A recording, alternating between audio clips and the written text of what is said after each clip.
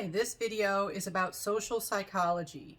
This is meant to be an introductory video for someone who really doesn't know what the field or the subfield of psychology really even is. And so social psychology, it is a subfield of psychology. It is a scientific study, and in particular, social psychology is the scientific study, meaning we use the scientific method to get our information. We don't just make things up from scratch. It's a study of how people, other than the individual, influence your thoughts, feelings, and behaviors.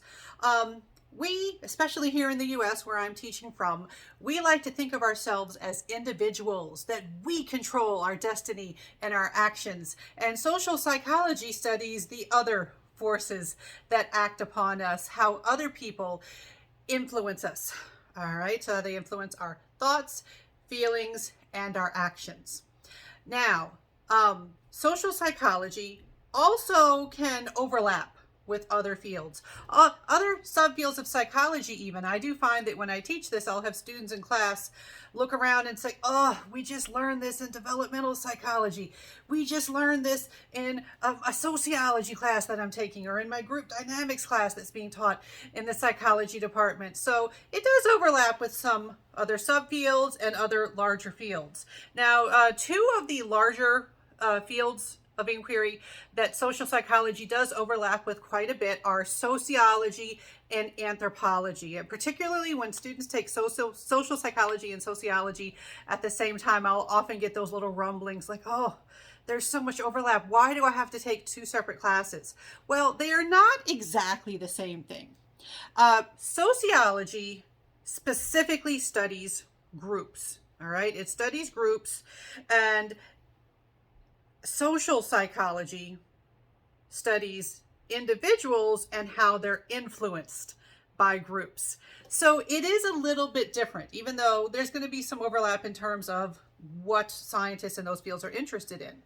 Now, another big field of the social sciences is anthropology that overlaps with social psychology. Now, this studies culture. Culture involves, your larger norms and customs and traditions, and anthropology focuses on culture, which certainly that's going to be relevant to social psychology too.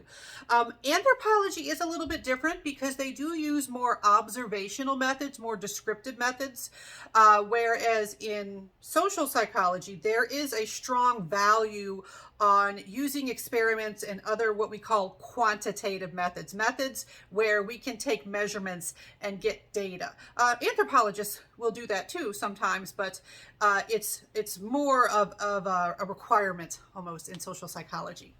Now, social psychology also overlaps a bit with clinical and counseling psychology, those fields of study that have to do with problems, adjustment problems that people might have, or mental illness, psychopathology. Newer terms are coming out like neurodivergence, different ways of thinking, different ways of the brain functioning perhaps.